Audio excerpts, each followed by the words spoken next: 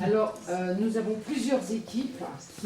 Nous avons le Canada et l'Espagne. Et vraiment, merci d'être venus. Nous avons vu des chefs-d'œuvre. On est vraiment très heureux. Donc, je vais vous faire les présentations. Donc, vous avez Réal Bossé qui a écrit et qui joue le rôle principal de 19-2. Surtout, ne le ratez pas. Ça passe à partir de fin mars sur TV5 Monde. C'est un pur chef-d'œuvre que nous avons vu. Donc voilà, ça passe en France. Contrairement aux séries espagnoles qui ne sont pas achetées par la France, et c'est bien dommage. Celle-là, on va avoir la chance de la voir en France. Donc voilà. Nous avons donc l'auteur-acteur, le diffuseur André Béraud, qui un temps fut notre patron à TF1, hein, c'est vrai. Et nous avons Jocelyne Deschênes. Jocelyn. Oui, c'est vrai, vous n'avez pas dit. Jocelyn Deschênes, producteur. Donc, nous avons ici aussi Jean-Baptiste Leclerc, qui est producteur.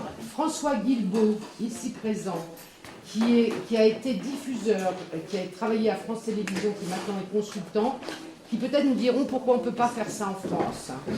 Ensuite, nous avons Sylvia Kerr, qui a fait La Chirbo, c'est ça, qui est donc l'histoire, une magnifique histoire d'une actrice catalane qui a créé une pièce de Federico Garcia Lorca, Envers et contre tout.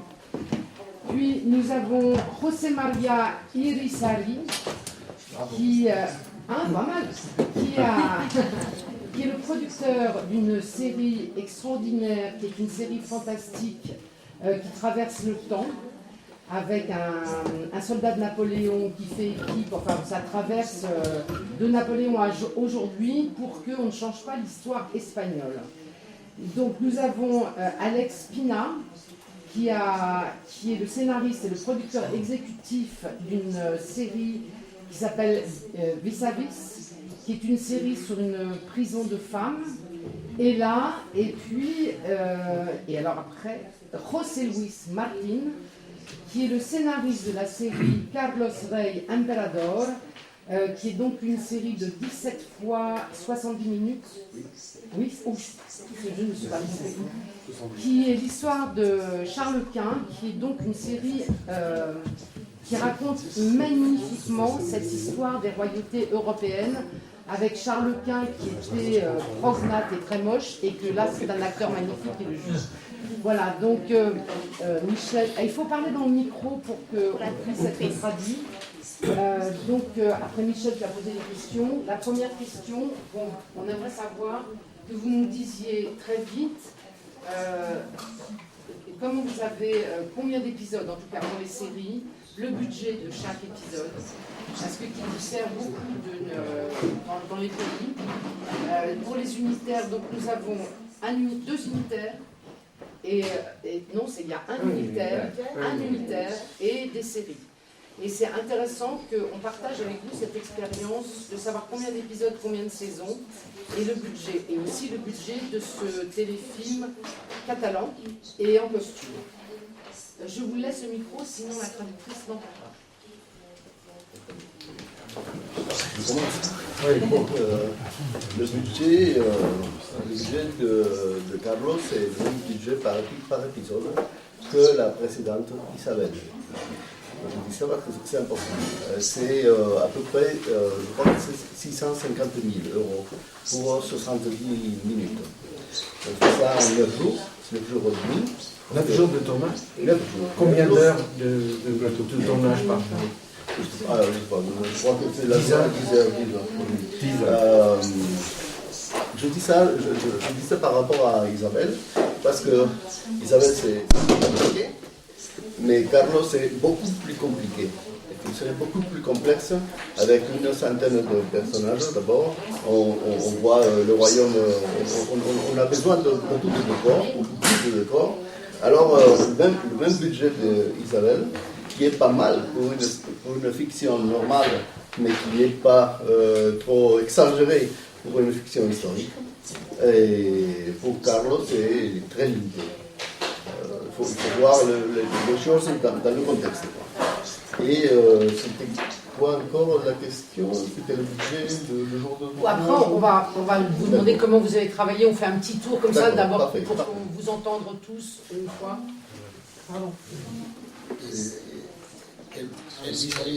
Dans vis-à-vis, pour la première saison, cela représentait 450 000 € et 500 000 pour la seconde saison.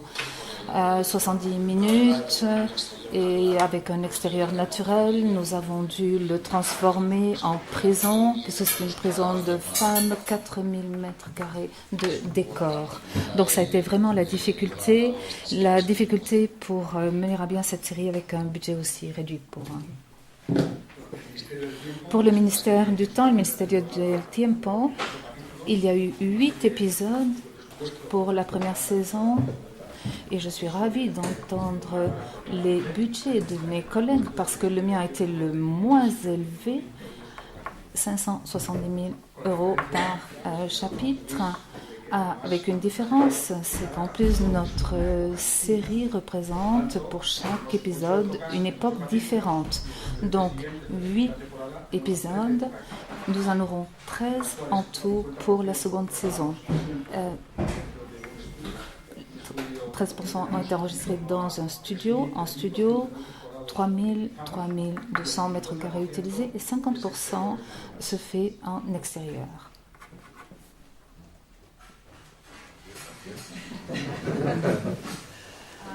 Alors, moi, si, c'est vrai. Oui, ça marche. Moi, je vais parler du film qu'on présente ici à Le Champ. C'est un téléfilm unitaire, c'est un film seulement, c'est 90 minutes et on a eu le budget, c'est comme ça, oui. Le budget c'est 650 000, mais c'était, il fallait recréer l'époque, on était en 1927, alors tous les vestes, tout ça, la rue normale, ça ne servait pas, il fallait tout faire à nouveau. Et on a eu aussi le problème qu'il fallait tourner en 3 semaines seulement. 90 minutes en 3 semaines, ça a été la folie. 15 jours. 15 jours. Et l'histoire, c'est une troupe de comédiens qui sont dans un théâtre, ils changent, ils vont dans un autre théâtre et ils font l'œuvre. Ils jouent la comédie. Alors c'était toujours, j'avais dans le plan toujours 4-5 personnes, 12 personnes, acteurs dans le plan et c'était la folie. En 3 semaines, ça a été, moi je pensais qu'on ne pourrait pas le faire, mais on a réussi à le faire. Okay. Bonjour. Donc moi je ne représente pas un projet particulier. Ce que je viens d'entendre de nos amis et confrères espagnols me suggère une réflexion. C'est qu'en termes de budget, globalement, ils travaillent avec des budgets qui sont inférieurs au budget français, avec un temps de tournage qui est supérieur à l'échelle de la journée au temps de travail en France. Donc évidemment, les choses sont un peu différentes.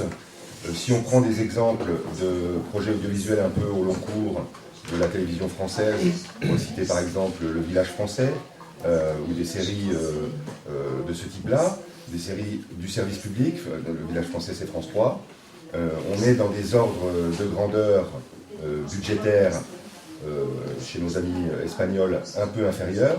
Évidemment, pour la télévision française, compte tenu des lois de la législation française, on tourne moins dans la journée. J'ai bien compris, ils tournent environ 10 heures par jour. Nous, on n'est pas sur 10 heures. On est sur 8 heures par jour pour approcher les 39 ou 40 heures par semaine. 5 jours par semaine. Donc, évidemment, les choses sont différentes.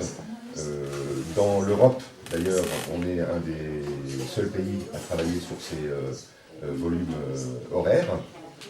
Et ne parlons pas, évidemment, des pays étrangers, comme le continent nord-américain, mais nos amis canadiens et québécois vont nous en parler. Donc, voilà ce que je peux dire dans une première réflexion sur les ordres de grandeur. Alors, Les chiffres que j'ai entendus en tant qu'ancien diffuseur, ça m'a presque fait rêver parce qu'on est évidemment en France sur des coûts qui sont très largement supérieurs et qui qui s'expliquent pas uniquement par la différence de temps de tournage. Ah non, c'est pas le seul phénomène, évidemment. Parce que le ratio, quand j'entends des 70 minutes à 650 000 euros, alors déjà, on a...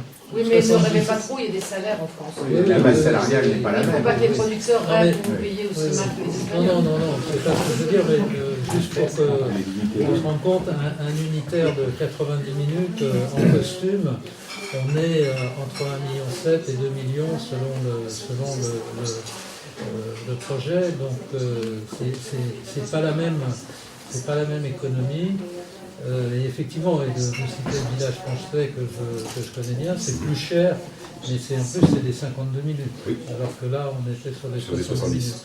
Donc effectivement, et ces coûts, j'ai pris des coûts de programmes en costume qui sont, sur lesquels il y a effectivement des surcoûts à la fois de décor et de reconstitution en général.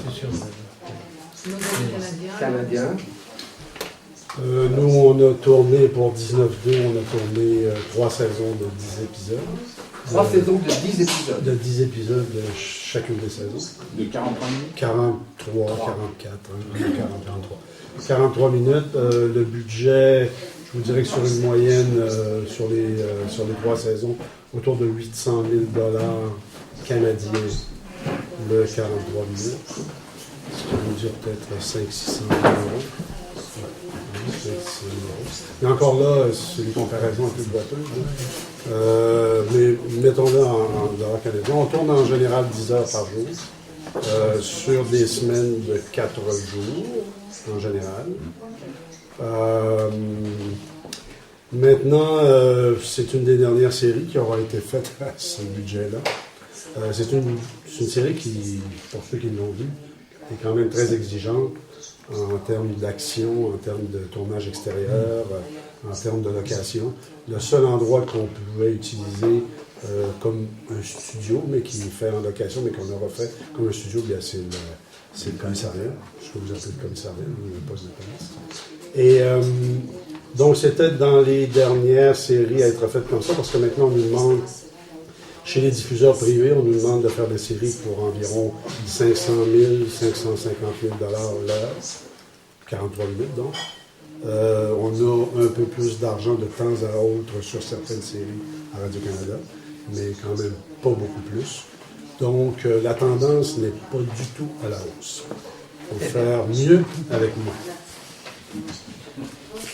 Oui, pour ajouter à ce que Jocelyn dit, c'est extrêmement vrai.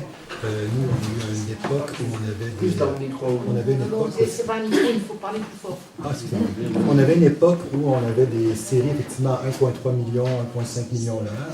Cette époque est extrêmement révolue. 19-2 est une des dernières séries qu'on peut faire à 800 000 l'heure. C'est vrai que maintenant, entre 500 et 600 000, c'est le chiffre souhaité et voulu par les diffuseurs. Et même que Radio-Canada et TVA, qui sont les 2 chaînes qui en font le plus de fiction, payent un peu plus cher que d'autres chaînes qui, même eux, sont encore... On est vraiment attaqués dans un mode d'austérité. Et nos téléspectateurs en demandent toujours plus, c'est-à-dire plus de plans, plus de wow, plus d'esthétisme, plus de cinématographie et plus des histoires de plus en plus. Avant, on faisait beaucoup d'émissions autour d'une table, on discute. Ces temps-là aussi beaucoup révolu. Donc on est très, très, très challengé en ce moment au Québec pour y arriver.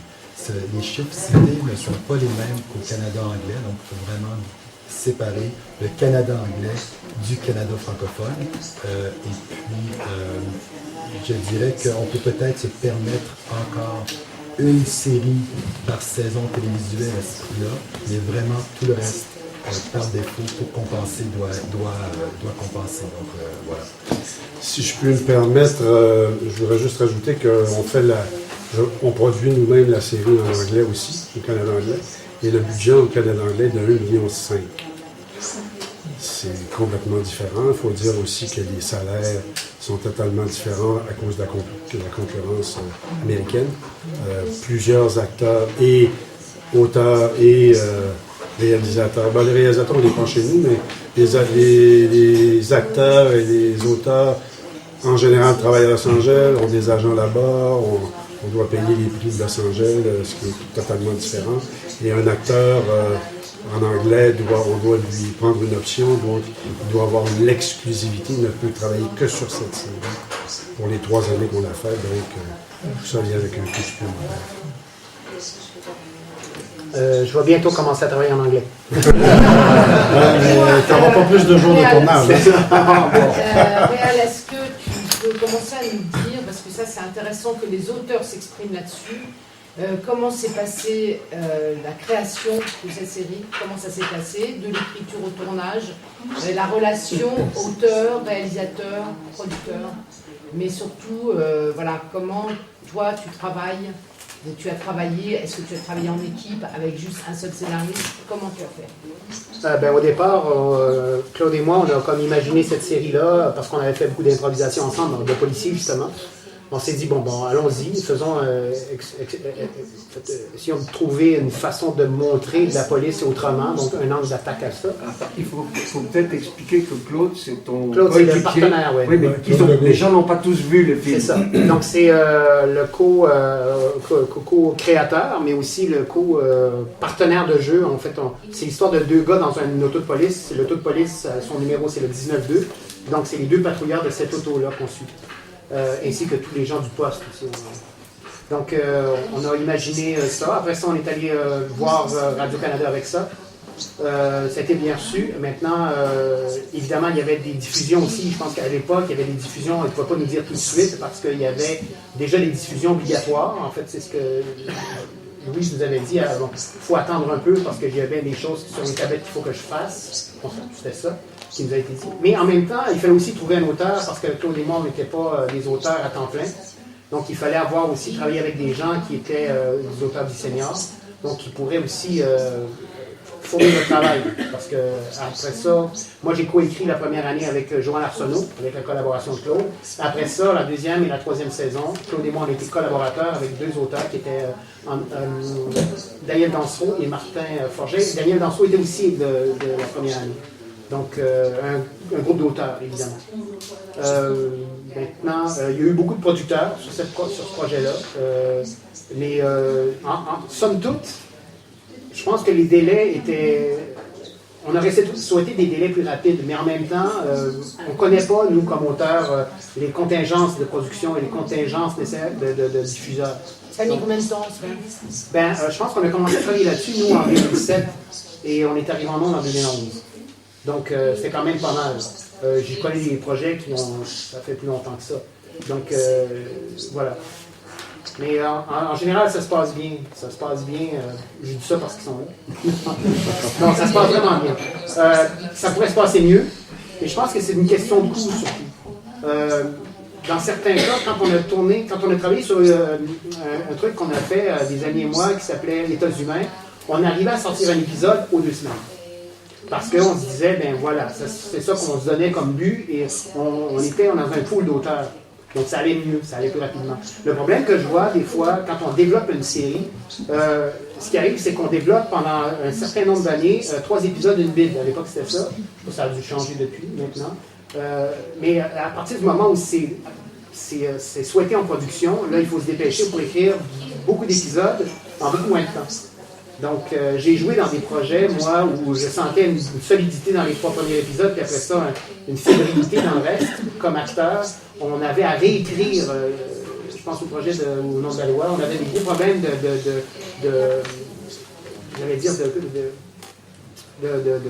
de continuité, de regard aussi, de comment on pouvait imaginer tourner des scènes.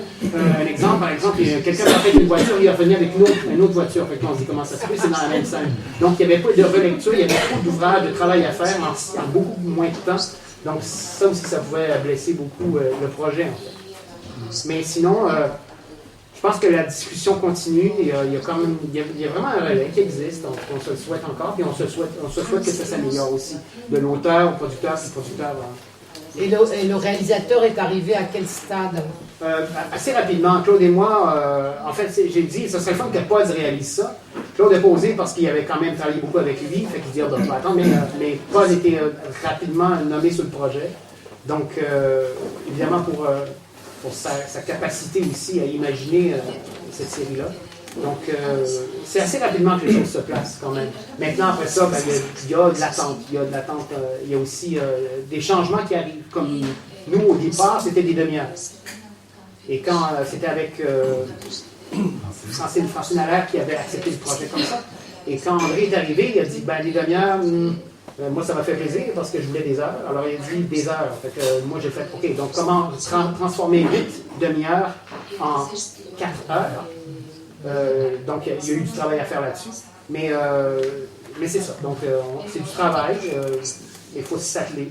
Parce que c'est quand même une opportunité qui n'est pas si fréquente que ça.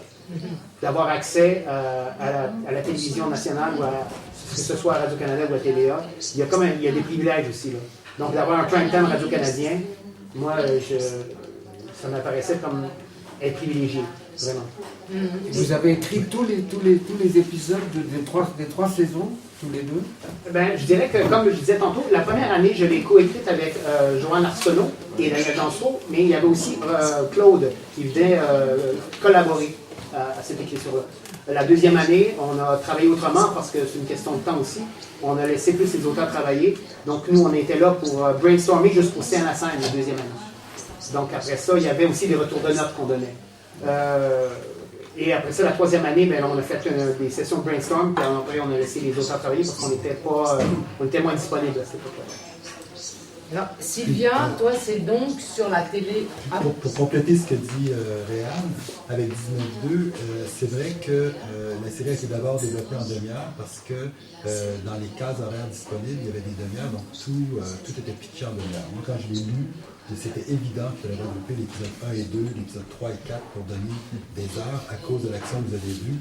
Le début de l'épisode 1 et la fin de l'épisode 2 sont dans le premier épisode que vous avez vu. Donc, grosso modo, avec quelques ajustements.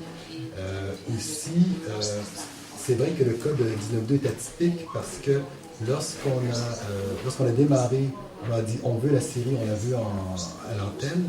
Il n'y avait que 4 épisodes d'1 heure d'écrit, plus 5 et 6 qui étaient déjà en écriture, pour un total de 10. Et je dis souvent que la production rattrape l'écriture. Ça prend plus de temps à écrire un épisode que de le tourner et surtout de le diffuser. Parce que pour 43 minutes, pouf, c'est diffusé. Donc, la deuxième saison et la troisième saison, pour être en temps 1 an plus tard, a beaucoup de pression que la première saison a moins. Mais en général, chez le diffuseur, on aime avoir au moins les 2/3 de la série écrite. On donne souvent nos go en production en décembre, janvier. On tourne l'été, donc les derniers épisodes, le dernier tiers ont le temps d'être écrit pendant l'hiver. Et l'été, on commence à tourner et on tourne souvent en bloc d'épisodes, 2-3 épisodes à la fois, ou en plus 4 et 5 avec une pause entre les deux et les suivants. Donc l'écriture a en général le temps de suivre et on peut faire des raccords et on peut faire la continuité, des trucs comme ça. Par contre, dès la deuxième saison qui revient, donc le défi de la télévision pour nous, c'est d'écrire 10, 12, parfois 24, parfois 120 épisodes à l'intérieur de 12 mois qui incluent l'écriture, le tournage, le montage et la diffusion. Donc c'est ça le vrai défi nord-américain de la fiction. Donc Sylvia, c'est donc ça a été tourné pour une chaîne catalane ou pour une chaîne espagnole? Non, le projet, la Xirgo, ça a été une coproduction avec la chaîne catalane, c'est TV3, et avec aussi Canal Sur, c'est la télévision de l'Andalousie, et la télévision de Galicia. Heureusement, on avait, dans le film, il y a Federico García Lorca, qui était andalou. Alors, c'était une bonne entrée pour cette chaîne. Et on a aussi Valle Inclán, c'était un autre grand auteur espagnol, qui était de Galicia. Alors, Myriam, elle est la productrice, elle est là. Alors, elle a pu trouver du financement pour ça, parce que la chaîne publique TV1, la Chirle parle de la liberté. le scénario de García Lorca qu'elle joue Margarita Xirgu parle de la liberté. Alors maintenant, le gouvernement en Espagne, on le connaît, alors il ne produit pas des trucs qui sont pas dans leur ligne. Alors les producteurs ont beaucoup de travail maintenant. Si tu veux raconter une histoire qui n'est pas dans son chemin. Ça, c'est partout pareil. Mais c'est un scénario qui vous est arrivé ou c'est vous qui avez voulu faire ce Non, film-là? dans ce cas, le scénario m'est arrivé et il m'a plu beaucoup. Alors, avec Myriam, on a commencé à travailler, à faire le casting, à réellement essayer de pouvoir la faire. Comme je dis, on avait peu d'argent et peu de jours. C'est faire énorme avec rien. Oui. Et il y a du studio, où tout est en décor naturel. Décor naturel. Décor naturel. Alors c'était... pour ceux qui n'ont pas vu, il y a 2 théâtres. Un très beau théâtre à l'italienne et un théâtre archi-bricolé, une espèce de cabaret. Et il y a un nombre de costumes de personnages absolument fous. Voilà, donc elle a fait beaucoup avec rien. C'est aussi avec Irénée, je ne sais pas comment... Chef déco. Chef déco. Hein. Elle a fait un grand travail aussi. On avait très peu d'argent, mais on avait beaucoup de la faire. Beaucoup de talent. Passion. De talent, je ne sais pas, mais on vit de la faire et on aime ce travail-là. Alors, c'est pour ça, on a réussi à le faire. Et nous, on travaillait, avant, je ne le dis pas, on travaillait, je pense que c'était 11 heures plus 1. Non, c'était comme ça? Au 10 heures. 10 heures plus 1. La 1, c'est le moment de manger. C'est 10 heures. Et non plus, hein. Elle fermait, hein. Elle fermait. Et donc vous avez fait l'autre série sur le Ministerio del Tiempo. Et donc ça, vous l'avez produit et vous n'avez pas écrit dessus? Non, je n'écris pas. Non, je n'ai pas écrit. Vous n'avez pas tourné, vous êtes juste producteur? Non. Est-ce que c'est l'origine du ministère du Temps et la création de 2 frères, les frères Olivares, qui ont eu une idée, qui l'ont défendue en Espagne. Nous avons travaillé ensemble et la dernière série sur laquelle ils ont travaillé, ces frères Olivares, était Isabel. Javier Olivares concrètement et Pablo a travaillé sur Isabelle, c'est une série sur Isabelle la catholique qui a été un des plus gros succès de la télévision espagnole. Ce projet nous a demandé beaucoup de temps et les frères Olivares cherchaient un changement dans le mode de production en Espagne. C'est-à-dire que les productions normales des séries au long cours se font par le biais de grandes maisons de production. Ils ont donc cherché avec qui ils pourraient réaliser cette production et nous nous sommes mis d'accord sur un projet qui serait élaboré ensemble et où le concept de showrunner, qui n'existe pas en Espagne, pourrait être réalisé de façon définitive. Donc c'est le défi, le challenge que nous ont proposé les frères Olivares et donc avec la maison de production dans laquelle je suis associée et qui représente 50% de la production, c'est-à-dire tout le contenu créatif, le scénario, c'est ce qu'ont fait les frères Olivares, plus Anna Schaft, qui est une scénariste très très connue en Espagne. Pour la deuxième saison, malheureusement, Pablo est décédé il y a un an. À la fin du premier épisode, il est décédé. Donc il y a également une grande émotion qui est liée à cette série pour cette raison. Toutes les personnes qui sont ici présentes d'Espagne le connaissaient et l'appréciaient. Donc pour cette seconde saison, 13 épisodes, Anaïs a introduit pour chaque épisode un contenu différent. C'est pour ça que ce concept de showrunner qui est si important en France a eu une incidence sur la valeur artistique et le produit final. Notre travail en tant que producteur est d'abord de connaître bien évidemment ce secteur. Nous travaillons depuis 30 ans, nous faisons des séries depuis 30 ans, nous sommes complémentaires au sein de la structure de financement, de la structure de production. Et également, bien évidemment, nous donnons cette garantie à la chaîne de télévision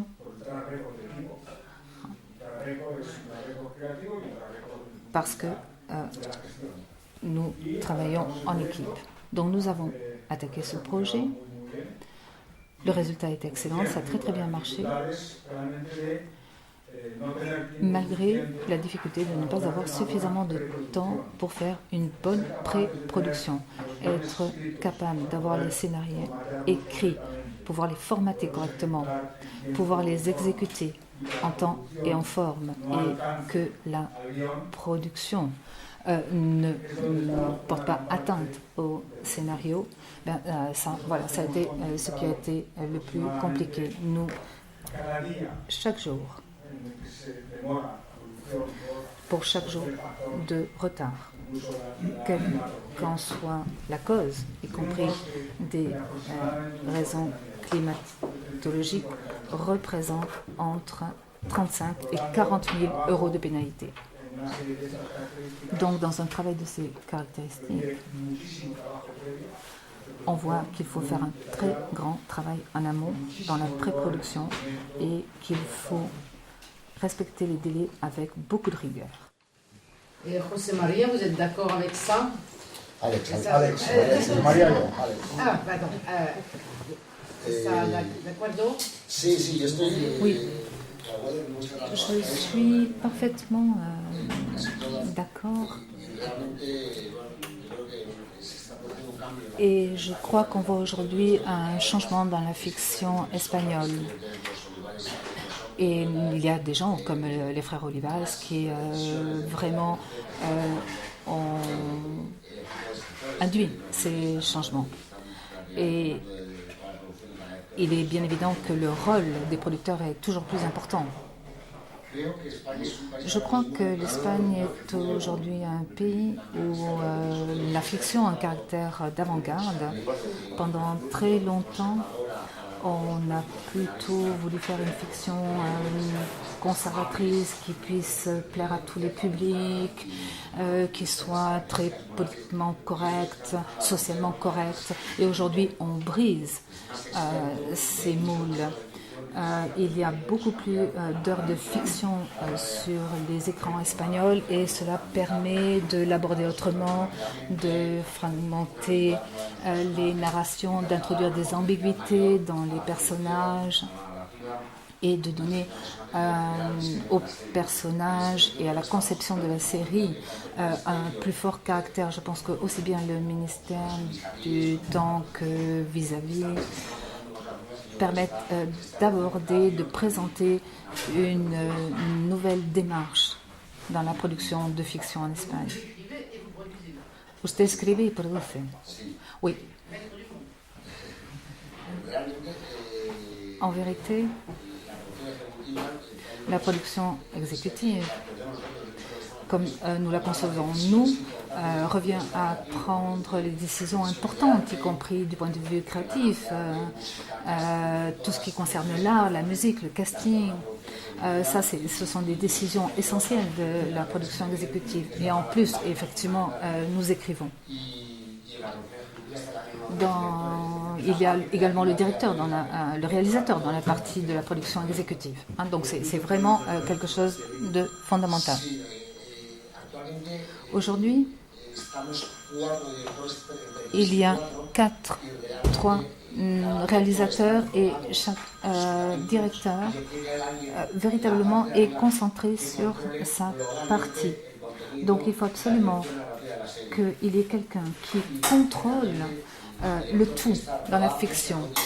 Donc il faut qu'il y ait un qui sonorise le chapitre, l'autre qui fasse le montage, l'autre qui fasse le tournage. Et véritablement, est-ce qu'il y a des femmes qui réalisent dans la prison de femmes? Parce que là, je vois, il y a quand même très peu de femmes là. Est-ce qu'il y a des femmes réalisatrices sur cette série? Oui, absolument. Oui, il y a une réalisatrice et il y a un réalisateur, Jesus. Oui, nous avons une directrice de production. C'est une équipe très large. Et la prison, c'est du studio? Non, ce n'est pas du studio. C'est le grand problème de notre série, c'est que on a cherché un espace naturel. C'est une ancienne usine et on y a construit la galerie. Donc c'est vraiment une reconstitution de la prison. 4500 mètres, 5200 pour la seconde saison. Donc vraiment c'est quelque chose d'énorme. Et en fait, nous travaillons sur une dimension réelle, malgré tout. Et c'est bien cette réalité que perçoit le téléspectateur. Avez-vous été libre d'écrire ce que vous vouliez? Oui, absolument. D'abord,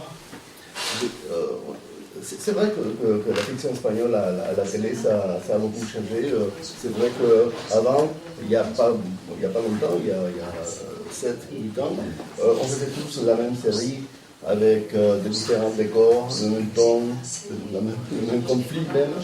Et ça a beaucoup changé. On tournait aussi de la même façon. Oui, tous. Je crois qu'on a commencé à changer les choses avec José María à Los Simuladores, parce qu'on a commencé à tourner, à produire, à faire gaffe à la pré-production pour faire des petits films unitaires dans une série. Et on a commencé à travailler aussi avec les directeurs qui venaient du cinéma, la plupart, et d'une façon tout à fait différente. Ils venaient du cinéma, ils venaient de raconter des histoires, ils ne venaient pas de la réalisation pure, de la technique, disons, comme avant. Il y a beaucoup de directeurs qui venaient juste de la réalisation technique, ce qu'on appelle, ils n'étaient pas des metteurs en scène, ils étaient des techniciens. C'est vrai que ça a changé. C'est vrai que nous, les créateurs, disons, les auteurs, on a commencé à avoir le pouvoir. J'ai fait Herederos après Los Simuladores. J'ai fait le producteur exécutif. J'avais un contrôle absolument total sur le contenu, sur tout, quoi. Et même un peu exagéré. Parce que je crois que en travaillant avec les temps qu'on a en Espagne, on ne peut pas tout faire comme aux États-Unis. C'est-à-dire la différence entre un showrunner à l'américaine et un showrunner ici en Espagne, c'est que l'américain tourne, écrit, fait le casting, fait tout ça, mais il tourne aussi. Il entre dans la salle de montage. Des fois, les réalisateurs n'entrent pas dans la salle de montage. Ici en Espagne, on fait un mi-chemin, comme je fais à Carlos Rey Emperador, par exemple. Je ne suis pas producteur exécutif à Carlos Rey parce que dans cette entreprise, il n'y a que 2 producteurs exécutifs. Mais je vous assure, j'ai un contrôle sur mon travail, beaucoup plus élargi que d'autres producteurs exécutifs ailleurs. Et on travaille surtout depuis quelques années, moi je travaille surtout en collaboration avec le réalisateur. On discute de tout, on parle beaucoup, mais on se fait confiance. Moi, j'aime travailler comme ça. Je fais confiance parce que j'ai la chance de travailler avec des bons réalisateurs et ils me font confiance. Alors, par exemple, le casting. Moi, je ne sais rien aux acteurs. J'écris les scènes pour faire le casting, les épreuves, tout ça, je vois les épreuves, et je dis, bon, ça me plaît ou ça ne me plaît pas, mais je dois faire confiance à la personne qui va travailler toujours avec cette personne. Des fois, on a un conflit, des fois, je ne vois pas la physique, les gestes, tout ça. Mais si les réalisateurs me disent qu'ils peuvent le faire, je fais confiance. On se trompe. Des fois, on se trompe, surtout si on a 5 personnages, on a le risque de se tromper. Mais bon, tout le monde se trompe. Mais je dois faire confiance. Alors, je préfère que ce soit lui qui prenne la décision finale en ce cas. Et je ne sais pas, moi je préfère travailler comme ça, discuter beaucoup, parler beaucoup, mais laisser chacun faire son travail. Parce que moi, je n'ai pas le temps de faire ce travail. Par exemple, bon, vous savez, je travaille avec beaucoup de scénaristes en Espagne et je vois, j'étais au Mexique dans une sorte de réunion avec des scénaristes et tout le monde voulait être un showrunner à l'américaine. Mais qu'est-ce qui se passe? Moi, je travaille avec des scénaristes qui veulent avoir le pouvoir, mais ils ne mettent jamais le pied dans le plateau. Ils ne connaissent pas les contraintes d'un tournage. Ils ne parlent pas avec les métiers. Moi, je parle avec les différents métiers, art, tous les métiers. J'assiste aux réunions. Disons, on ne peut pas tout faire, tout contrôler si on ne connaît pas la façon de travailler, quoi. Alors il faut faire confiance, je crois qu'il vaut mieux. Et ce que je déteste aussi, c'est, disons, la façon, disons, anglaise de travailler. C'est-à-dire, tourne-moi ça. Tourne-moi ça. J'ai connu un exemple d'une très renommée série anglaise où les scénaristes ne mettent jamais les pieds dans le tournage et il vit ailleurs. Et je ne sais pas comment il fonctionne, la série est bien, mais moi je ne veux pas ça. Je crois qu'il ne faut pas imposer. C'est un travail d'équipe très complexe. Et il faut s'entourer des bons réalisateurs, des bons scénaristes. Des fois on se trompe, oui. Moi je me trompe aussi avec des scénaristes, mais il faut faire comme ça, je crois. Sylvia, tu voulais dire quelque chose? Oui, je voulais dire, comme directrice, moi j'ai travaillé sur une série, je pense que vous l'avez bien vu en France, c'est Un hôtel. C'est sur un hôtel dans la part du nord de l'Espagne. C'est sur le 1900. Ah oui, j'ai vu ça. Très très bien. Alors, moi, moi j'habite Barcelone, je suis allée à Madrid travailler. J'ai fait peut-être 24 chapitres de 39, j'ai fait beaucoup. Mais pour moi, ça a été très étrange travailler dans une production comme ça. Moi, je suis accoutumée à faire de unitaires ou une mini-série de 2 unitaires. Alors là-bas, c'était comme une fabrique. C'était étrange. Usine. C'était vraiment très étrange pour moi. Le producteur exécutif avait l'idée de la série. Alors, il avait ses scénaristes qui écrivaient. Alors, lui prenait le scénario. Oui, ça, non, ça, oui, ça, non, ça, pas. Alors, le scénario nous arrivait. On tournait. On avait la chance de pouvoir être dans la salle l'édition, salle de montage, mais après, lui, il changeait tout s'il fallait. Alors, il dit, oh, le chapitre, c'est pas mon chapitre déjà. C'est étonnant parce que normalement en Espagne, vous êtes protégé par le droit moral, contrairement aux auteurs américains. Mais ça, c'est... Utilisez-le. Non, mais dans cette production, Ah. c'était comme ça. Mais pour moi, c'était très étrange, ça. J'écoutais parler avec lui, maintenant, je me dis, oh, c'est génial. Mon expérience a été... Oui, je sais, mais ce n'est pas la même personne. Et on connaît tous comment on travaille dans cette entreprise. Ce n'est pas la même personne, ce n'est pas la même production. c'est pas la même méthode. Et ils font, excuse-moi.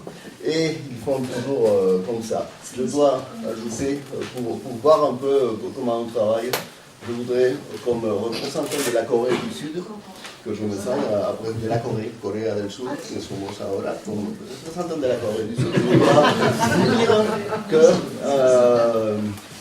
j'ai fait depuis fin septembre 2012 au début printemps 2015, puis on a fait avec mon équipe 26 épisodes de Isabelle, 17 de Charles, avec les Bibles aussi. Puis après, moi de mon côté, dans cette même période, j'ai ajouté 2 romans de 700 pages qu'il fallait sortir avec la diffusion et un film. Je présente Ken Follett. C'est pour cela que je dis que si on n'a pas une équipe qui fonctionne dans tous les métiers, ça c'est impossible. Mais c'est le rythme de travail, hein, c'est pas exagéré. Hein. Et en plus, ces séries ont le travail additionnel de la recherche, l'étude, l'assimilation, et puis après, on commence à construire. Non, c'est pas c'est normal ça. C'est normal. Je crois que vous connaissez tous Casey Stoner et Valentino Rossi. Casey Stoner a dit à Valentino Rossi, ton ambition dépasse ton talent. Nos ambitions, peut-être, je ne sais pas le talent, mais les moyens, bien sûr, sont dépassés.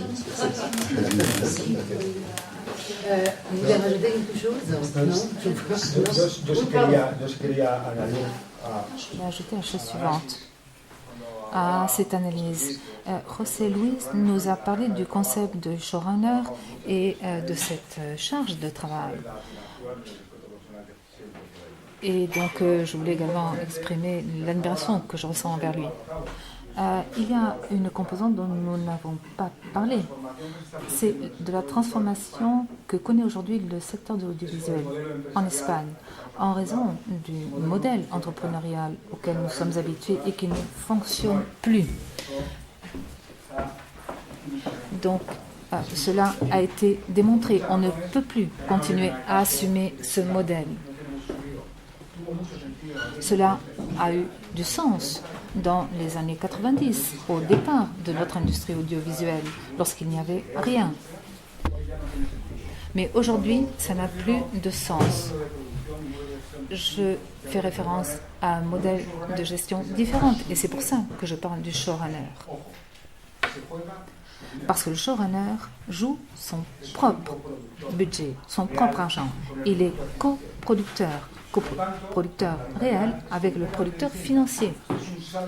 Et par conséquent, c'est un changement dans la forme de travailler, dans la façon de travailler. C'est cette nouvelle sensibilité. Parce que nous avons 2 professionnels. Nous avons ces 2 nouveaux professionnels et l'un qui veut faire une chose et qui a les moyens de le faire. Donc, oui. Je voudrais aussi que, si vous avez des questions, allez-y. Oui, à quoi sert le showrunner pour vous? Quelle est son utilité pour vous? Est-ce qu'il est indispensable ou est-ce qu'on peut s'en passer?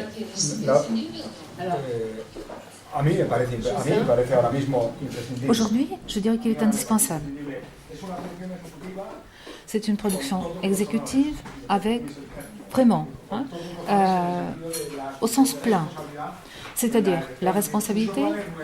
Un showrunner, ce n'est pas Dieu, c'est clair. Par conséquent, il a des capacités limitées, il doit créer la meilleure équipe possible, il doit faire que l'idée, le projet qu'il a en tête puisse être exécuté selon la conception qu'il en a et comment peut-on la concrétiser, l'exécuter sur le plan financier, sur le plan purement financier. Par exemple, dans notre série, nous avons travaillé sur 13 épisodes avec 13 réalisateurs différents. Donc le showrunner nous permet d'avoir une unité, 13 épisodes qui, malgré tout, ont une unité de rythme, d'image, de contenu. Et cette unité est possible grâce à ce responsable qui est un créatif, mais qui est fait avant tout que le format et l'essence de la série ne soient pas modifiés, ne varient pas. Parce que parfois on va dans des séries des transformations incroyables de personnages et personne ne sait pourquoi, personne ne sait expliquer. Perte d'identité de ces personnages. Et je pense que c'est le showrunner qui permet que l'identité de la série soit maintenue au fil des épisodes. Le showrunner, nous on n'a pas de showrunner au Québec, mais je travaille avec des showrunners en anglais aussi. Le showrunner, ma conception du showrunner, c'est qu'il n'a pas tous les contrôles sur tout. Il a le contrôle sur le contenu, il a le contrôle, c'est lui qui va s'assurer de garder, de coordonner l'ensemble de la production, comme monsieur vient de dire, au niveau du contenu, s'assurer de la continuité, s'assurer... Parce que dans certains modèles, comme dans le modèle qui semble décrire, il y a un réalisateur par épisode, où un réalisateur va faire 2 épisodes et il s'en va. Alors, ça prend quelqu'un qui garde la continuité. Quelquefois, c'est l'auteur qui a créé la série. Les Américains, c'est comme ça que ça fonctionne. En général, c'est le créateur. David Kelly en était un. J'oublie, là, mais... Donc, ce sont des gens qui contrôlent la production du début à la fin. Dans nos modèles au Québec, et je ne sais pas ici comment ça fonctionne en France, on a une collaboration. Le réalisateur prend beaucoup de place. Le réalisateur va s'assurer comme Pods, par exemple, dans 19.2. Pods réalise les 10 épisodes. Donc, dans un système comme celui-là, on n'a pas besoin d'un showrunner parce que Pods est là et le producteur que nous sommes a un travail aussi de continuité, de s'assurer que la production aille dans le même sens et que toute l'histoire est dans le même sens. Et l'auteur principal est là, mais l'auteur est rarement sur le plateau. L'auteur est rarement sur le plateau. Donc, la notion de showrunner, ils ont l'air d'être très, très puissants en Espagne, d'après ce que je comprends. C'est plus une notion... Aux États-Unis, ils sont hyper puissants parce qu'ils dirigent tout. Hein? Ils ont créé la série, il n'y a rien qui se décide sans showrunner. Mais là, il y a peut-être des situations hybrides, comme nous on retrouve au Canada, où on va avoir un showrunner qui va venir s'assurer, même s'il n'est pas le créateur de la série, on va le nommer showrunner ou executive producer. Il y a des questions de crédit, moi j'appelle ça quelquefois des vanity credits, là. Mais qu'est-ce qui est le showrunner ou le producteur exécutif? C'est plus une notion de producteur exécutif qui va s'assurer de garder le phare, de garder la production dans le sens où elle doit être. C'est 2 cas différents. Alors. Oui, c'est très intéressant. Mais juste une question complémentaire. C'est pour vous. Pour le micro. Attends 2 secondes parce que. Voilà, parce que moi je crois que. Voilà, j'ai une question à poser après. Je crois qu'il faut un showrunner. Il faut un showrunner. Oui, parce que de la façon qu'on travaille, nous on n'a pas un directeur par épisode, mais on a 3 directeurs et un chef des directeurs. Nous, on n'a pas la figure du showrunner, mais le rôle de showrunner, on le partage entre le chef des directeurs, le réalisateur, et moi, qui suis le capo des scénarios. Alors, mais la fonction, c'est la même, et il le faut parce que c'est un type qui met en scène un scénario sur 4, il ne peut pas changer ça. Je suis d'accord. Il ne peut pas changer le ton. Il peut pas. Et c'est pour cela qu'on a la figure d'un showrunner ou un chef des directeurs qui est sur. Mais si vous utilisez une question. Il faut le micro. Alors, elle comprend, je crois, non? Non, il faut qu'on parle pour la traduction. Si vous employez autant de réalisateurs. Je crois que vous avez cité sur un nombre de réalisateurs qui change à chaque épisode, si j'ai bien compris. C'est dans un souci d'équité, de partage du travail, ou pour une autre raison?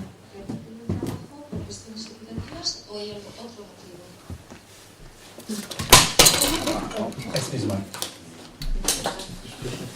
Nosotros trabajamos en la segunda temporada. Pour la deuxième saison du Ministère du Temps, 13 épisodes, nous avons travaillé avec les 13 acteurs qui sont intervenus pour la première saison.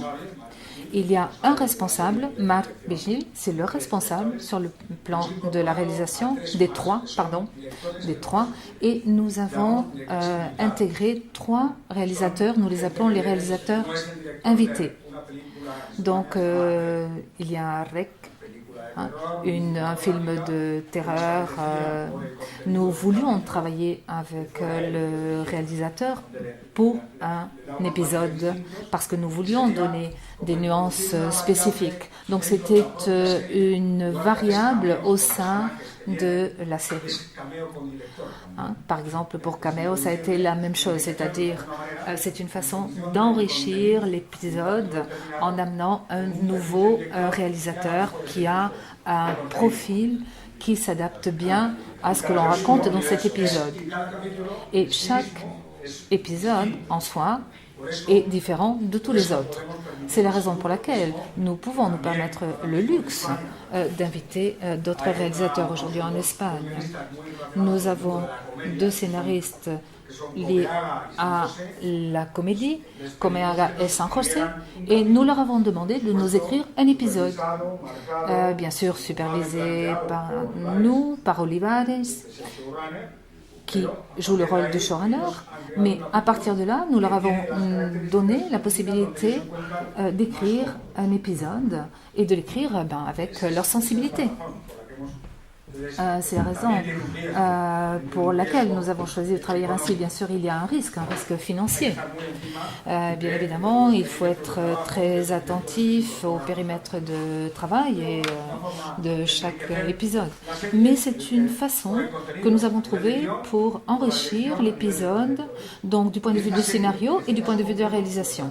Donc, dans ce cas concret, le format du ministère du Temps le permet. Laurent, et après, moi j'ai une question au diffuseur. Ah, vous avez une question? Ah, d'accord. Je pense que le débat du showrunner est un faux débat. Oui. C'est-à-dire que chaque production a des paramètres et chaque production a des besoins. Donc, certaines productions, c'est l'auteur qui a créé la série, qui devient showrunner et qui, en équipe, pour faire 22 épisodes par année, 24 épisodes par année, a besoin de s'associer des producteurs exécutifs qui sont solides, qui deviennent aussi des co-showrunners et qui discutent entre eux et qui vont gérer l'équipe d'auteurs pour avoir une vision d'auteur. Parce que par exemple, Six Feet Under, Alan Ball n'a pas écrit tous les épisodes, mais il a supervisé l'écriture pour que Six Feet Under soit cohérente et qui va superviser aussi les réalisateurs. Et il faut plusieurs réalisateurs pour pouvoir livrer à l'intérieur de 12 mois 12 épisodes cohérents et il faut aussi plusieurs monteurs. Donc il faut avoir des gens pour superviser. Donc chaque cas est du cas par cas. Aux États-Unis, parfois il y en a qui ont plus de pouvoir, parfois il y en a qui ont moins de pouvoir. Moi j'ai un ami qui a créé une série aux États-Unis, il venait du cinéma, donc il n'avait pas d'expertise télévisuelle. On l'a marié avec des gens qui avaient de l'expertise télévisuelle. Ils sont devenus des showrunners. Après 3 épisodes, on lui a demandé gentiment de quitter parce que ce n'était pas sa force. Et il a dû quitter avec une compensation et la série a été poursuivie par d'autres. C'est pour ça que les États-Unis peuvent changer parfois de showrunners ou d'auteur principal. Au Québec, on n'en a pas besoin parce qu'on a souvent un auteur par série. On n'a pas 4, on n'a pas 5, on a un auteur qui écrit la série. Et c'est une question budgétaire souvent, mais c'est aussi une question de travail, parce que d'avoir une équipe d'auteurs, ça demande aussi un auteur principal qui doit superviser les autres, réécrire les autres. Des fois, c'est plus simple, ils écrivent un auteur par série, et on n'a pas besoin d'un showrunner pour superviser ces auteurs-là. On n'a pas besoin d'un showrunner pour superviser les réalisateurs, parce que souvent, on n'a qu'un seul réalisateur pour la série, parfois 2. Et aussi, on a des producteurs créatifs qui sont là, et qui existent aussi aux États-Unis, qui existent aussi ailleurs, mais qui, à cause du volume, à cause du nombre de personnes au niveau créatif, on n'a pas nécessairement de showrunner. Et le showrunner peut aussi, dans votre cas, effectivement, vu qu'il y a des roulements, avoir d'autres combinaisons. On peut avoir quelqu'un qui n'est pas créatif, pas créateur de la série qui devient showrunner. Donc, c'est un faux débat de dire pourquoi est-ce qu'on en a besoin, pourquoi est-ce qu'on n'en a pas besoin, et est-ce que c'est mieux en Espagne, c'est mieux en Amérique. C'est des cas complètement différents à chaque fois, et parfois c'est industriel, comme Madame a souligné. Surtout lorsqu'on a des quotidiennes où est-ce que ça roule très très rapidement. Donc c'est vrai que le réalisateur ne peut pas venir et donner sa propre facture à son épisode, parce qu'il faut que ça soit cohérent avec tous les autres épisodes qui vont être diffusés. Donc chaque cas est spécifique et c'est pas essentiel, mais c'est souvent pratique d'avoir des showrunners. C'est ce que je dirais. Dans le cadre du film qu'on a vu 19-2, de la série 19-2, oui. Qui est le responsable artistique de la série? En fait, ça se partage entre le réalisateur, les auteurs, le réalisateur et le producteur. Et les auteurs. Oui, les auteurs. Les acteurs dans ce cas-ci, parce que c'est très rare que les acteurs sont aussi auteurs. C'est quand même un cas particulier, 19-2. Et ce que je voulais dire aussi, c'est que pour nous, c'est une façon de travailler. On préfère avoir le moins de réalisateurs possible pour amener une vision. Pour amener une vision particulière. Et c'est ça avec quoi j'ai dû me battre en allant au Canada anglais, où on arrive avec un réalisateur par épisode, et où le réalisateur sort tout de suite après avoir réalisé sur le plateau, fait son plateau, fait la mise en scène, et après ça on ne le revoit plus, il fait une première mouture du montage, et après ça on ne le voit plus. Alors là, c'est évident que quand tu as un showrunner qui a créé la série et qui doit s'assurer que tout se tienne, le showrunner a une certaine importance. Mais nous, on préfère que le réalisateur apporte quelque chose, apporte une vision et qu'il soit là jusque dans la salle de mix. C'est la notion de auteur-réalisateur. Un peu.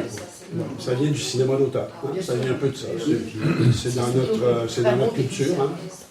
Puis je rajouterais aussi que pour les réalisateurs aux États-Unis, ils choisissent sciemment, c'est pas tous les réalisateurs qui peuvent faire les pilotes, et c'est pas tous les auteurs qui peuvent écrire des pilotes pour les diffuseurs. Il y a une espèce de hiérarchie et aussi de somme d'expérience qui fait qu'un jour tu es appelé à créer un pilote ou à réaliser un pilote.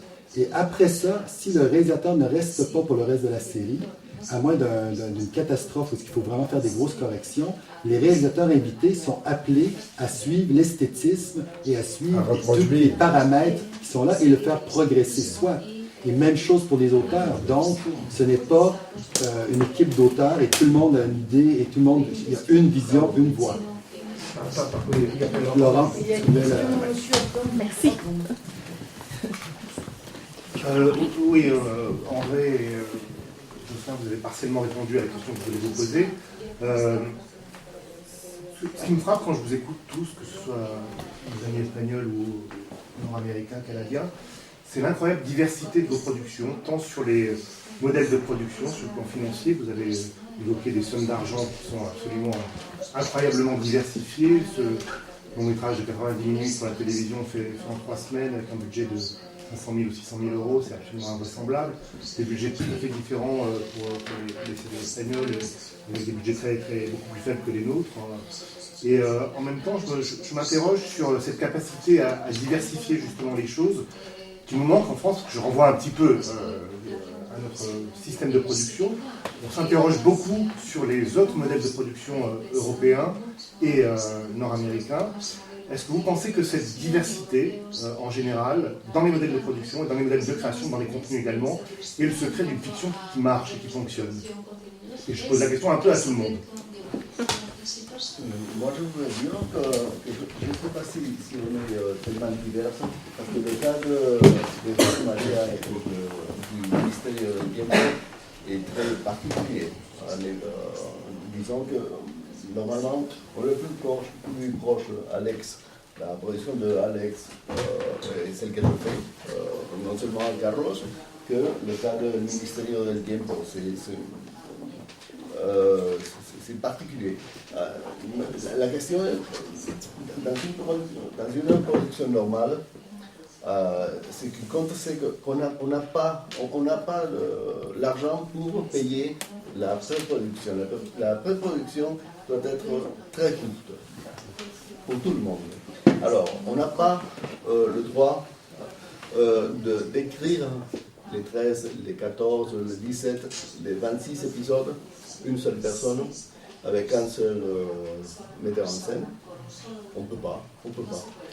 Normalement, on déclenche la production avec le tournage, je veux dire, avec 4 épisodes écrits, approuvés, avec tous les...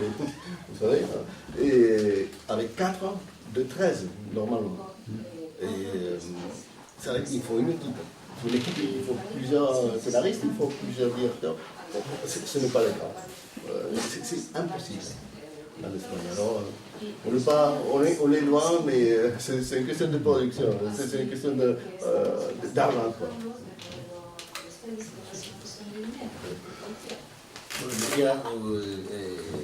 Simplemente matizar una cosa que estamos hablando, creo que hablamos de lo mismo. Je voulais juste nuancer la chose suivante. Nous parlons de la même chose.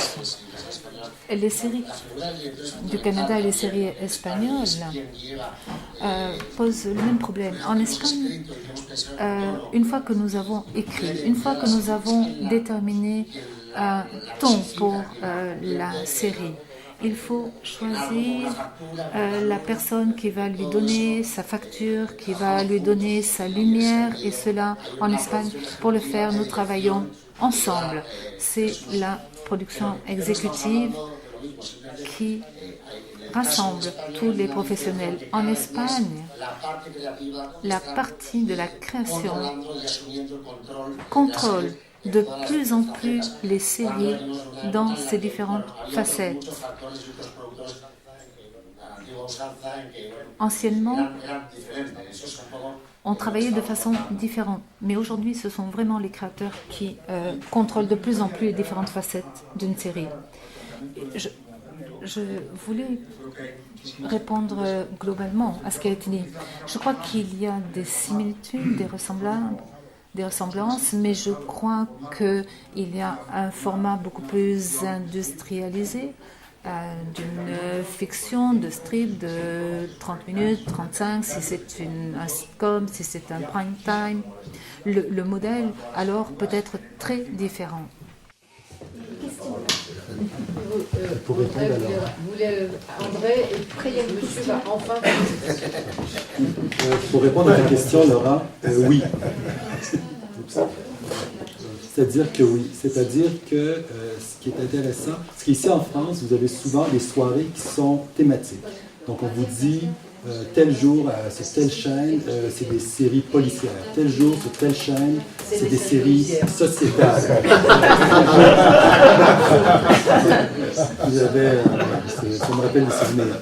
Mais tout pour dire que moi, avant que 19-2 arrive sur mon bureau, je vais le dire comme ça, je ne savais pas que j'avais besoin d'une série policière comme 19-2, puis pas juste moi, quand je dis moi, je veux dire Radio-Canada. On ne savait pas qu'on avait besoin d'une série policière comme 19-2 à l'antenne. On a une autre série, et toutes les autres séries, je dirais que c'est le même cas. Je n'ai même pas besoin de les citer. On a une grande variété d'univers parce que, pour nous, c'est vraiment les auteurs, les créateurs qui vivent tous les jours avec leur entourage, qui ont des idées, qui ont des univers, qui voient qu'est-ce qui se passe à la télévision, qu'il n'y a pas à la télévision, et qui viennent vers nous et qui nous font des pitchs. Et on a environ à Radio-Canada, je dirais, on a environ 60 pitchs par année. Quand j'étais producteur, c'était pareil. Les auteurs venaient vers nous pour des pitchs. Et parmi les pitchs, on en prend peut-être, je dirais, 6 à 7 par année nouveaux en développement. Ce qui fait que c'est très compétitif.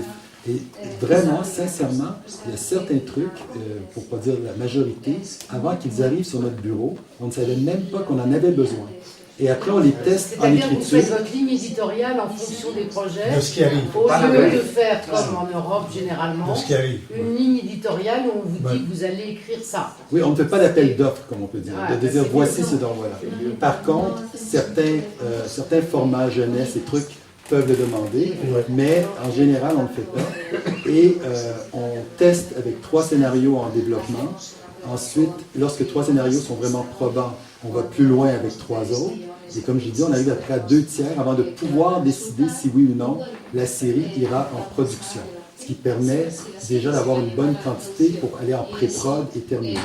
En deuxième saison, c'est une autre histoire, j'en conviens, mais c'est de cette façon-là qu'on a eu des belles surprises. On a eu des surprises qui ont fait des 42-50% de part de marché et qui ont surpris tout le monde et qui ont donné aussi des directions, des lignes éditoriales pour la suite. Les créateurs voient qu'est-ce qu'on a en monde, ça les allume et ils décident de venir faire de la télévision. Si on était resté sur nos lignes éditoriales et ce qu'on faisait auparavant, les gens auraient juste reproduit ce qu'on fait et à un moment donné, la source se tarit. À un moment donné, les gens ont compris, ils veulent du renouveau.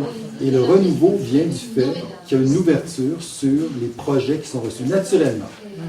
Quand on reçoit un projet qui est, comment dirais-je, extrêmement avant son temps, oui, on peut le dire que peut-être qu'on a dit non et que ça a un peu étouffé la création. Parce qu'on se dit, ben, comment est-ce qu'on va faire pour avoir ça avec le reste de notre portfolio? Mais en général, on cherche l'audace. Et d'ailleurs, notre slogan à Radio-Canada, c'est « audacieux et rassembleur ». Donc, il faut quelque chose qui excite et qui dise « on n'a pas ça », ça ajoute quelque chose à notre portfolio et où est-ce que ça va nous emmener plus tard? Il y a ces questions-là qui sont posées. On va tous se faire naturaliser. Juste pour répondre directement à la question, la diversité crée une fiction, crée pas de la qualité de fiction, mais créer un engouement pour la fiction. C'est fort important d'avoir diverses structures de production, des moins chères, des plus chères, parce qu'on en fait beaucoup et on crée une demande. Parce que dans le fond, on crée du volume et on crée une demande. Et les créatifs travaillent, les acteurs travaillent sur plusieurs séries, les équipes de tournage travaillent, et donc on crée un achalandage, on crée une demande. Les gens sont de plus en plus exigeants sur ce qu'on fait. Et moi, je pense que ça contribue à créer un succès de fiction. C'est très important. Monsieur. La question qui tue. La question qui tue. En arrière, parce que c'est à propos.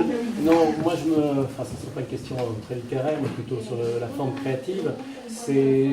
J'entends showrunner, plusieurs formes de showrunner suivant les pays. Moi, ce que je me demande pour ces continuités artistiques, visuelles, pour ces paramètres, ces curseurs qu'il faut régler, est-ce que ces showrunners ont une équipe autour d'eux, surtout, je pense à la continuité visuelle et à tout ce qui est le dossier qu'on doit transmettre, parce que j'imagine qu'il y a des dossiers à transmettre au fur et à mesure des étapes et des chapitres et des épisodes. Donc par exemple, je ne sais pas, les production designers aux États-Unis par exemple. Voilà, comment le showrunner il est seul? La transmission se fait avec une équipe créatrice qui, elle, est plus permanente, qui reste là à travers la saison. Et on le voit dans les génériques, qu'il y a des noms qui sont vraiment constants. Et après, les gens sont invités. Et lorsqu'un showrunner ou un réalisateur est invité, il connaît la série, il a visionné des épisodes, il connaît les auteurs, c'est pareil aussi. Moi, j'ai travaillé aux États-Unis quand j'étais étudiant là-bas. Et lorsque les séries démarraient en mai, que tu avais déjà tes créateurs et tes showrunners, il y avait quand même dans chaque bureau de patrons et de créatifs des piles d'auteurs qu'ils connaissaient et qui disaient si ça part en production, voici quel auteur que je crois serait parfait pour cet univers. Et ils venaient, ils écrivaient et le showrunner peut superviser l'écriture ou l'auteur principal, appelez-le comme vous voulez. Donc, il y avait quand même une continuité et une course à relais, je dirais, et des équipes assez stables par saison. Et c'est très rare que toute l'équipe à 100% est transformée de saison en saison ou d'épisode en épisode. C'est comme quand un acteur arrive et devient le lead d'une série, ou devient un nouveau personnage dans une série, il s'intègre dans quelque chose, donc il y a une continuité quelque part. Et c'est ça, je crois, qu'on dit globalement au niveau du showrunner, ou de l'auteur principal, ou du réalisateur principal, ou des trucs. Il y a du monde, il y a des gens qui sont placés pour assurer la continuité. Après, c'est commun soit, et c'est du cas, par projet, pour qu'est-ce qu'on a besoin. Alors moi j'ai une question à poser à M. Guilbault avant qu'on ait fini. Parce que là, bon, je ne sais pas jusqu'à quelle heure on a, c'est ça, je sais pas. quelle heure on a? Jusqu'à 2h du mat. Ah bon, voilà, parce que nous parlons là de séries tout à fait exceptionnelles que nous avons la chance de voir parce que nous avons la chance de venir dans des festivals où il y a une sélection. Il y a une série fantastique, une série sociale, une série historique, un téléfilm historique. Il y a un polar exceptionnel, voilà. Et pourquoi vous qui avez été dans les secrets de France Télévisions, comment ça se fait que dans cette Europe que nous voudrions culturelle, les œuvres ne circulent pas? Et particulièrement à France Télévisions, où c'est TV5 Monde qui a acheté cet exceptionnel polar, puisque France Télévisions, j'imagine, ne sait même pas que ça existe, que les séries espagnoles comme ça, dont la tienne, qui est une série qui est européenne, puisqu'elle explique comment s'est constituée l'Europe avec les royautés et toute la consanguinité des rois, finalement, la première Europe, c'était le sang mêlé des rois entre cousins. Ils étaient peut-être tarés, mais en fait, ils ont fait l'Europe. Et le seul endroit où ça ne va pas, c'est sur nos chaînes. Nos chaînes de service public, nos chaînes que nous payons avec la redevance et qui restent totalement soit avec des produits américains, qui font en ce moment travailler des auteurs américains, ce qui est quand même très rageant, qui ne font circuler ni les langues, ni la pensée. Ah oui. Et toc. Merci. Vous en passez. Cette question, je vais essayer de... je ne parle pas au nom aujourd'hui de France Télévisions, mais je peux essayer de... Donc de votre expérience. Voilà, de mon expérience et un certain nombre d'éclairages sur ces questions. Alors, bon, moi j'ai vu comme vous 19-2 ce matin, j'ai été effectivement tout à fait scotché, mais effectivement j'ai compris, je pense qu'il a été proposé aux équipes de France Télévisions en termes d'achat de programmes réalisés. Simplement, on a des contraintes notamment liées à la nature et à la violence du programme. C'est du -12, en France c'est du -12, et alors on me dit même que la 3e saison c'est du -16. Donc c'est des choses qu'on ne peut pas diffuser en première partie de soirée, on peut le diffuser qu'après la deuxième. Si, c'est la réglementation du CSA. On n'a pas le droit de diffuser, on a une tolérance pour, je dirais, 3 ou 4 films -12 dans l'année, et qu'on garde plutôt pour les films de cinéma. Pour les blockbusters américains. Pas uniquement, mais on ne peut pas diffuser, et on n'aurait pas pu produire une série comme ça, parce qu'évidemment, produire une série de cette nature pour la diffuser à 23h, on n'a pas les moyens de le faire. Alors après, effectivement, en termes d'achat de séries, on a... Alors, le service public, il y a une soirée qui doit être le lundi, je crois, si je ne m'abuse, sur France 2, de séries américaines. Il n'y a pas de série américaine sur France 3. Sur France 3, il y a des séries européennes et quelques achats du type australien, des choses comme ça, notamment pour la case du dimanche soir, et puis pour en journée. Et en journée, ce qu'on peut diffuser, c'est des séries longues, des choses qui ont beaucoup d'épisodes, parce que c'est de la diffusion quotidienne, et donc... pour la ménagère qui repasse devant sa télé, quelle horreur. C'est pas forcément, mais et donc là, ce sont des séries allemandes qui sont diffusées l'après-midi. Bon, on n'a pas de case pour effectivement de l'achat de fiction en prime. C'est vrai que c'est un peu dommage, parce que faut dire qu'en termes économiques, ça fait du bien d'avoir une soirée d'achat, parce que ça coûte évidemment beaucoup. Mais à quoi moins sert cher France 4 Pourquoi ça ne devient pas une chaîne pour la diffusion européenne? sur France 4, il y a eu un certain nombre de séries européennes qui ont été diffusées, notamment des séries anglaises comme Doctor Who, Sherlock. Enfin, il y a eu plus de diversité sur France 4. Il y en a. Alors peut-être pas les séries historiques espagnoles, parce que on a essayé sur France 4 de faire quelque chose de plus tourné vers les jeunes, avec des écritures plus jeunes, peut-être sans chacun voit, mais sur France 4, et il y a des achats, il y a quelques achats de séries. Alors, un mot après sur les costumes, parce que les séries historiques ou les séries en costume. Déjà, bon, on a une particularité, je dirais, c'est qu'on produit encore beaucoup d'unitaires.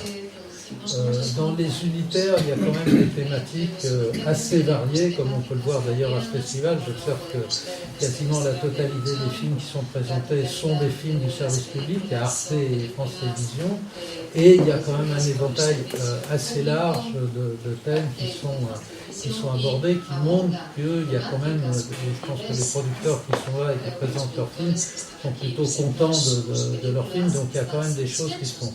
En termes de séries, c'est vrai qu'on est assez réducteur. Bon, je vois qu'on revient un peu plus de diversité. Je vois par exemple 10% qui a très bien fonctionné. Bon, c'était quelque chose d'un peu nouveau. C'est vrai qu'on a eu tendance à limiter la prise de risque. Et donc, quand on limite la prise de risque, on tombe tout à fait dans ce que disait André tout à l'heure, je suis d'accord avec lui, c'est que on va assécher le dispositif. On est passé de la même façon que les chaînes, alors là j'élargis, les chaînes françaises ont un peu asséché la série américaine en diffusant trop. À un moment, sur TF1 ou M6, vous aviez jusqu'à 3 soirées par semaine de séries américaines. Bon, les Français, au bout d'un moment, ils en ont peut-être eu un peu marre. Alors pendant un moment, je vous rappelle, il y a quelques années, ça a complètement tout essoré, quoi. Les gens regardaient ça, on avait beau essayer n'importe quoi en face, on se faisait complètement laminer. Et puis aujourd'hui, il y a un peu, alors, donc on s'est dit, bon, faut faire des séries, ce qui marche c'est les séries policières, on va faire des séries policières. Et maintenant, je crois que, et je constate avec quand même plaisir, c'est que le public français, il en a un peu marre des séries américaines, et il revient à la fiction française, et donc effectivement, on a intérêt, alors on a diversifié les thèmes dans les unitaires, mais il reste à le faire, je suis complètement d'accord avec vous, sur les séries. Je pense que, alors Arte, à ce côté-là, tenter un peu plus de choses, c'est bien.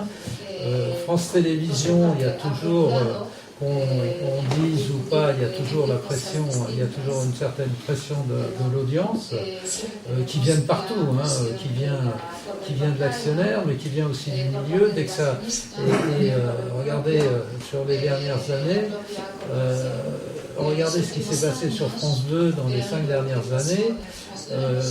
Il y a eu une valse des dirigeants à chaque fois que les audiences ont un peu fléchi. Donc il y a pour les équipes une pression à faire quelque chose qui marche. Et donc ça conduit malheureusement à aller vers un certain niveau de facilité peut-être, et de dire on fait une série policière. Et en ce moment, c'est le moment là, on va faire Podemos en France. Et ça marche. Alors, j'avais dit un mot sur le costume. Alors le costume, bon, ça c'est, ça fait 3 ans qu'on a arrêté. Et ça, on en a fait jusqu'en 2010.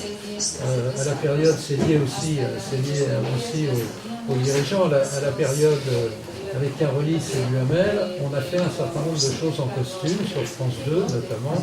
J'étais sur France 2 à l'époque. On a fait les adaptations des Maupassant, on a fait des séries en costume. Au changement d'équipe, il y a eu, comme en général à chaque changement d'équipe, on nous a dit, vous allez voir, on va rajeunir. Donc, pour rajeunir, l'idée c'était de dire, sur France 2, on ne fait plus de costumes et on ne fait plus que des costumes sur France 3. Donc, France 3, si vous regardez en 2011 et 2012... Oui, enfin, c'est pas tellement le problème. Non, mais c'est retrouvé avec tous les... Oui, enfin, je vais vous dire, pendant 5 ans, heureusement qu'on a fêté la guerre, il n'y a eu que des séries en costume sur la guerre. Non. Pas en fiction. En documentaire, il y a eu beaucoup trop de documentaires sur la guerre, ça je suis d'accord. Mais sur les séries, et il se trouve qu'il y a eu 2 ou 3 qui n'ont pas marché. Et en 2012, c'est arrivé au moment où on avait un problème économique, il fallait réduire les coûts. Comme les séries en costume coûtaient plus cher, eh ben les gens ont dit on arrête les séries en costume. Voilà. Juste un petit mot sur le costume. C'est uniquement ça. C'est la dernière question. C'est signe qu'il faudrait. Ah oui, il faut arrêter. C'est la dernière question. Une toute petite question franco-française un peu sur le costume. C'est vrai que le costume a été arrêté parce que trop cher. Les auteurs, les réalisateurs ont proposé des projets et en France c'était trop cher. Mais on entend quand même. On entend qu'on peut faire du film en costume pour pas cher. Pour moi, cher.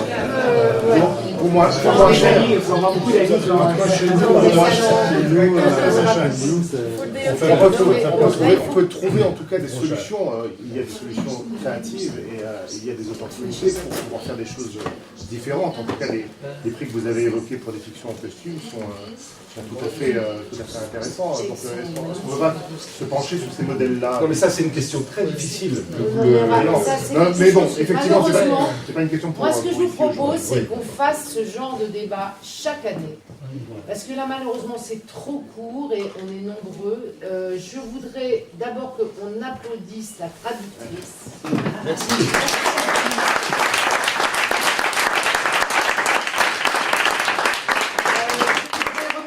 Les équipes de la SACD qui sont là, toujours aussi formidables.